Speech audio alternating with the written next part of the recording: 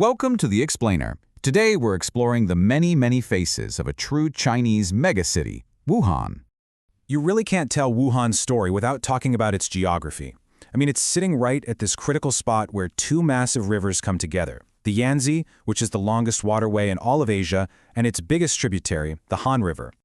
In this location, smack dab in the middle of China, was more than just a place on a map. It really shaped the city's destiny. For over 3,500 years, this meeting of waters has nurtured the sprawling, incredible urban center. So let's dig into that. Just how much has water shaped Wuhan's identity? Well, it's so deep that people just call it the River City. Let's find out what that really means. Even the name itself tells you a story about coming together. Wuhan is what's called a portmanteau.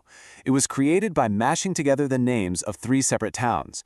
You take the Wu from Wuchang and the Han from Hankou and Hanyang. And today? Oh yeah, it's a megacity. We're talking a population of almost 14 million people. That makes it the biggest city in central China and one of the country's 9 national central cities, which basically means it's a major hub that drives the whole region forward. But this city wasn't just forged by rivers. It was also forged by history and revolution. In a lot of ways, Wuhan's story is kind of like China's story in miniature, from ancient times all the way to today.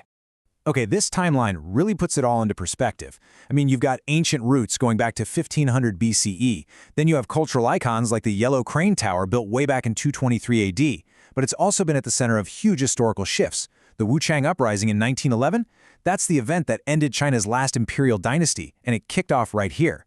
Fast forward to 1957, and the first ever bridge across the mighty Yangtze opens here, physically stitching the city and the country together. And of course, more recently, in late 2019, the city became known worldwide as the initial epicenter of the COVID-19 pandemic.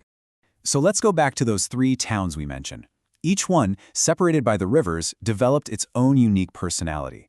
Wuchang was the center for politics, culture, and academics. Hankou was the buzzing commercial and financial hub. People even called it the Chicago of the East.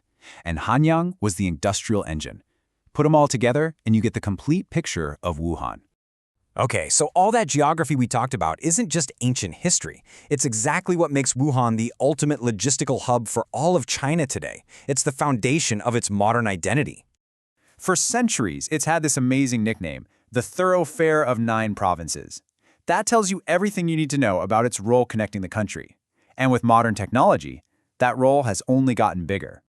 And wow, just look at this table. It shows you the transportation revolution in black and white. The city is the absolute center of China's Mi-shaped high-speed rail network that's shaped like the Chinese character for rice.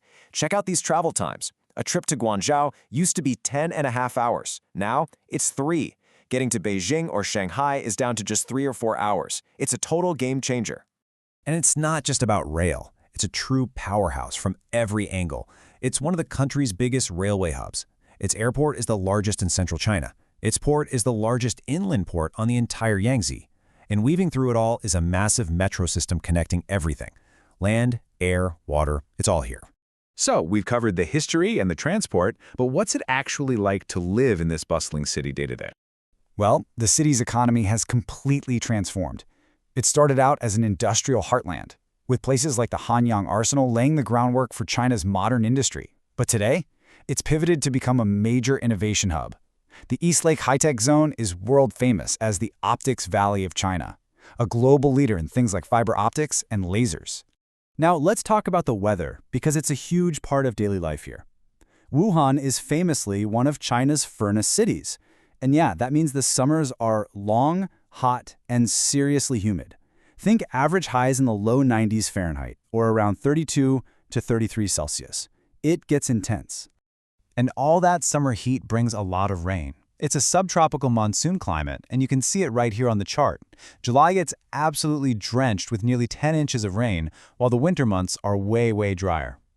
But of course, life is so much more than just transport and weather. Wuhan has this incredibly vibrant local culture. Let's start with taste. You have got to try the famous breakfast food, hot dry noodles, or reiganmian. For sights, you can't beat the iconic Yellow Crane Tower and its amazing views. And for just relaxing, there's the East Lake Greenway. At over 100 kilometers, it's China's longest urban lakeside greenway. Just an incredible public space. So when you put all these pieces together, what do you get? What is modern Wuhan? I think the city's own slogan says it best. Wuhan, different every day. That's not just a catchy phrase. It perfectly captures the incredible pace of change and the constant spirit of reinvention that you feel all over the city. At the end of the day, Wuhan is a city of confluence, a place where everything comes together. You've got rivers and railways, history and the future, all meeting in one dynamic spot. It's the city that connects China's past with its high-tech future. And that leaves us with a pretty exciting question. As the central hub of China keeps accelerating into the future at a breathtaking pace, what's next for the River City? What new connections will it forge?